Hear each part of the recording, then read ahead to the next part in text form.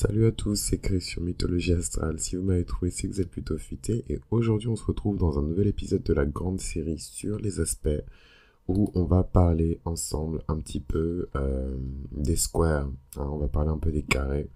Vous verrez, moi j'utilise beaucoup l'anglais en fait pour parler d'astrologie parce que les astrologues avec lesquels je me forme et ceux avec lesquels je travaille, ceux avec lesquels j'échange sont souvent des anglophones, pas forcément que des américains, hein, partout dans le monde, mais en fait, voilà, si vous vous intéressez un petit peu à l'astrologie et que vous traînez un petit peu sur Internet, vous verrez que la langue qui est la plus utilisée pour partager des informations sur l'astrologie, bon, je pense que ça doit sûrement être, en termes de nombre, hein, si on devait vraiment regarder genre la quantité, je pense pas que ce soit l'anglais. Je pense que ça doit être une langue d'Inde ou de Chine parce qu'ils sont juste 10 milliards de fois plus nombreux que nous à s'intéresser à l'astrologie depuis longtemps et sérieusement. C'est pas nos petits trucs de compatibilité, de machin. Est-ce qu'il m'aime pas? Est-ce qu'il va m'offrir une voiture? Est-ce qu'il va m'offrir un sac? Voilà.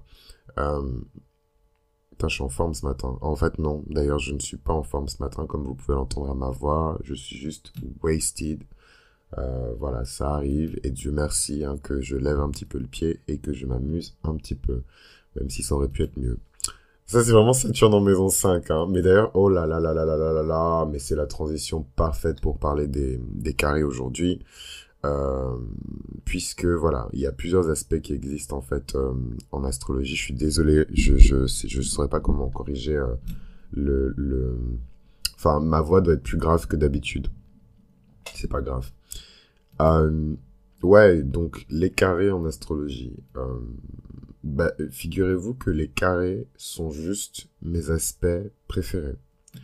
Et je suis tellement choqué de dire ça parce que je pense que si il y a des aspects qui m'ont fait souffrir dans ma vie, c'est bien mes carrés, encore plus que mes oppositions. Alors je sais pas pourquoi, mais c'est vrai que les oppositions c'est chiant, c'est frustrant. Voilà, les oppositions elles sont de nature saturnienne, donc en fait c'est compliqué. Mais je trouve en tout cas que l'aspect qui me va le mieux c'est le carré. Euh, et en fait, j'ai dit moi, mais parce que je donne mon propre exemple, mais en vérité, ce serait intéressant de voir dans votre thème, puisque vous le savez, j'ai une approche très intuitive, archétypale, psychanalytique de l'astrologie.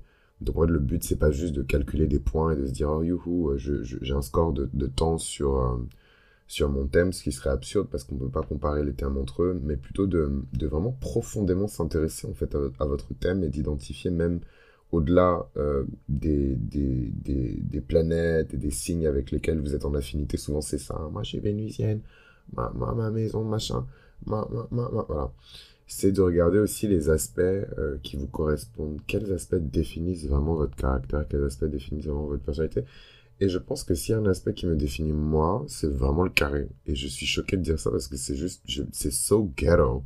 Mais pour moi, le carré, c'est so fucking ghetto. Mais je trouve que c'est l'aspect qui me définit le mieux. Pourquoi? Parce que le carré en astrologie, c'est un aspect à 90 degrés. Euh, donc pareil, hein, si on parle d'orbe, c'est 6. Et en fait, la particularité du carré, c'est que c'est un aspect qui généralement crée dans le thème euh, un peu de conflit. Voilà.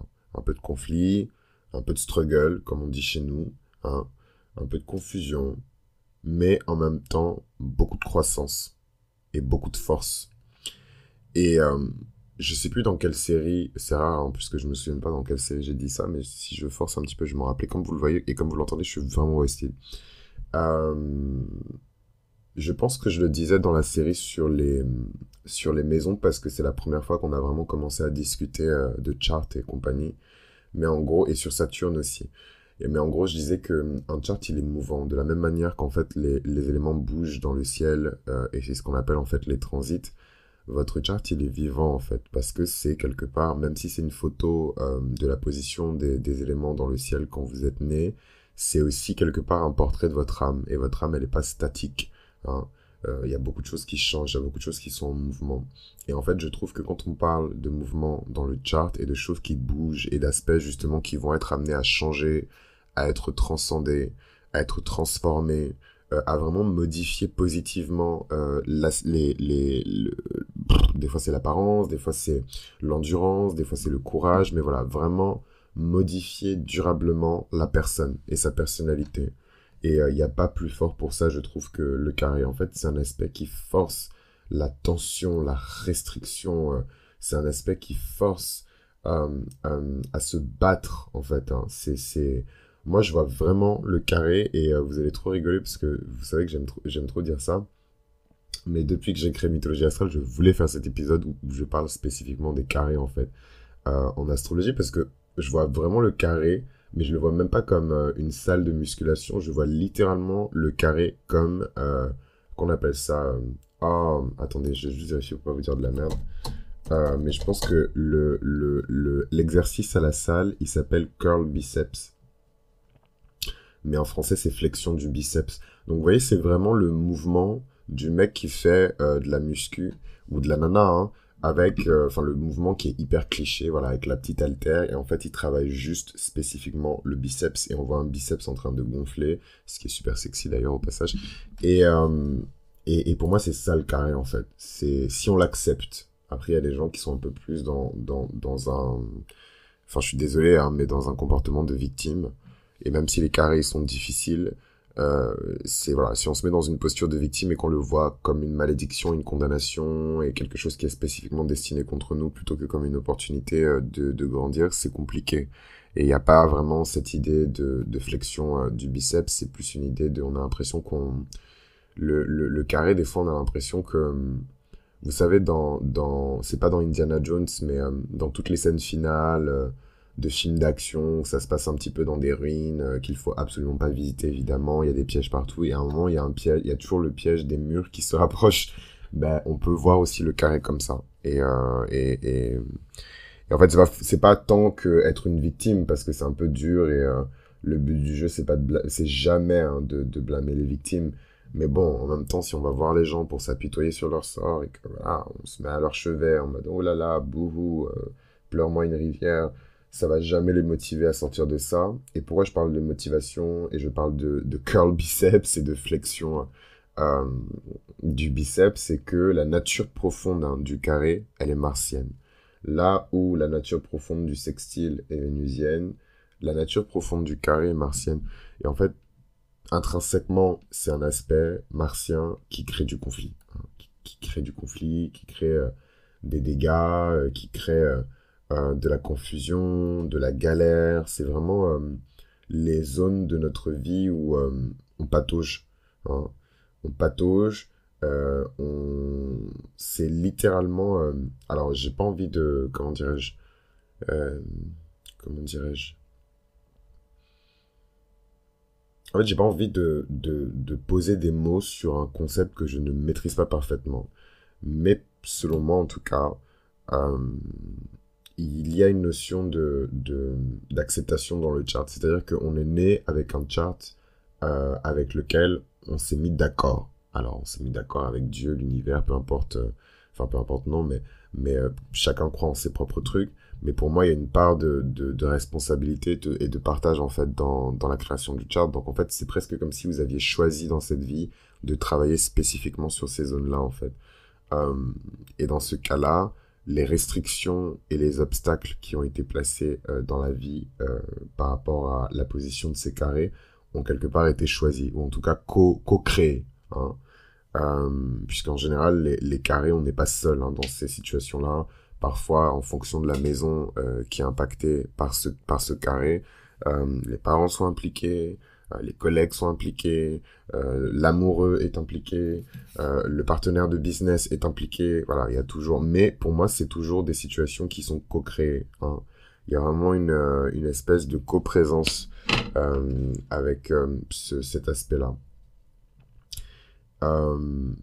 Là où le sextile, c'est vraiment une espèce de valse hein, entre les énergies des deux planètes, c'est vraiment la fusion dans Dragon Ball Z. Pardon, ça c'est la conjonction, mais en tout cas dans le sextile, on a une communication, un échange fluide des énergies des planètes. Ben, en fait, le carré, euh, c'est un peu l'inverse. D'autant plus que le sextile, c'est un aspect qui est très vénusien. Le carré, c'est un aspect qui est très martien. Donc, c'est complètement l'inverse. Là où Vénus, en fait, va réunir deux éléments qui sont assez différents. pour créer une espèce de cohérence, une espèce d'harmonie globale avec ces deux éléments, et en fait, au final, ben, créer un troisième élément qui est nouveau et qui est supérieur aux deux autres. Le carré, il fait pas vraiment ça. Le carré, c'est presque un bras de fer entre les deux énergies des planètes ou des points qui font ce carré. Et c'est vrai que c'est pas forcément évident à vivre. Moi, à titre personnel, j'ai un carré de Saturne et de la Lune. C'est un aspect qui est extrêmement difficile. Euh, et ouais, et c'est pas évident, quoi. D'autant plus qu'il y a juste aucune beauté, en fait, je trouve, hein, dans ces aspects-là. C'est vraiment des expériences qui sont difficiles et pénibles pour les gens. Et, mais il y a une lumière au bout du tunnel parce que ce qui fait que les gens sont des bêtes, ce qui fait que les gens sont des monstres, ce qui fait que les gens sont des machines de guerre, ce qui fait que les gens ont beaucoup d'endurance, beaucoup de résilience, euh, euh, une capacité à aimer aussi qui est extraordinaire parce qu'en fait ça force la pression entre les deux planètes est tellement violente que ça force la personne à creuser en fait sa capacité à aimer, sa capacité à soutenir, sa capacité à communiquer. Tout dépend évidemment de la planète qui fait un carré. Mais en tout cas, ce qu'il faut retenir, c'est que c'est un aspect qui est profondément disharmonieux, quoi. Il n'y a absolument aucune harmonie dans le carré. Le carré, c'est on vous pousse, vous êtes dans l'arène, et vous devez vous battre contre tous les gladiateurs jusqu'à ce que mort s'en suive, quoi. Euh, Moi, ce que je trouve le plus chiant dans le carré, et quand même, j'ai pas mal de carrés hein, dans mon chart, on dirait pas comme ça, mais j'ai quand même beaucoup de carrés. Je me demande même si c'est pas l'un des aspects qui revient le plus dans mon chart. Et, euh, et en fait, ce que je trouve le plus chiant, c'est que c'est automatiquement un sentiment de frustration. En fait, le seul truc chiant avec le carré, c'est que c'est la frustration et la pression qui créent la croissance. Moi, c'est le seul truc que je trouve chiant, en fait. La douleur, les mauvaises expériences, la peine, mais surtout, surtout, surtout, surtout, la frustration. Et en fait, moi, j'ai déjà Mars en balance, donc je suis déjà frustré. Hein. On a envie de découper la tête des gens, mais on doit leur parler poliment. Mars en balance. Euh, donc, ouais, je trouve que c'est un placement qui est vraiment pas évident, le carré. Bon, c'est pas aussi tragique que l'opposition, mais c'est pas non plus le meilleur placement, je trouve, dans le thème, en tout cas le plus simple. Mais ce que j'aime, encore une fois, avec ce placement, c'est la notion de mouvement, c'est la notion de croissance. Et d'ailleurs, je trouve que quand on regarde le chart de quelqu'un, généralement, quand on jette un œil au carré, qu'on pose la question à la personne si elle n'est pas trop jeune, comment elle a vécu ce carré il y a 10 ans, comment elle a vécu ce carré il y a 20 ans, comment elle vit ce carré maintenant, et comment elle pense qu'elle va vivre ce carré dans 15 ans, par exemple. Et vous verrez qu'il y a des témoignages qui sont juste totalement différents. Et d'ailleurs, je vous tends le micro, on n'a pas encore fini l'épisode, parce que je voulais rajouter encore quelque chose, mais est-ce que vous avez des carrés dans votre thème? Si oui, de quelle nature? Et comment est-ce que vous vous sentez entre le moment où vous avez découvert l'existence de ce carré ou pas, en tout cas il y a 10 ans, hein, comment est-ce que ça se passait avec ce carré, et comment vous pensez que ça va se passer avec ce carré dans 10 ans. Et je serais vraiment curieux, et je pense que tout le monde sera curieux de lire les témoignages, parce que vous verrez que on s'en rend pas compte, mais c'est vraiment des zones du thème où on acquiert une forme d'autonomie, on acquiert une forme voilà, de croissance, il y a une forme d'indépendance aussi avec le carré. Bon, moi, en l'occurrence, j'ai quand même pas mal de carrés avec comment dirais-je, des planètes et des points qui poussent déjà, en fait, à la croissance et à l'indépendance. Mais en fait, je trouve que n'importe quel carré crée une espèce de tension qui force la personne à se former, qui force la personne à se renseigner, qui force la personne à sortir de sa zone de confort, qui force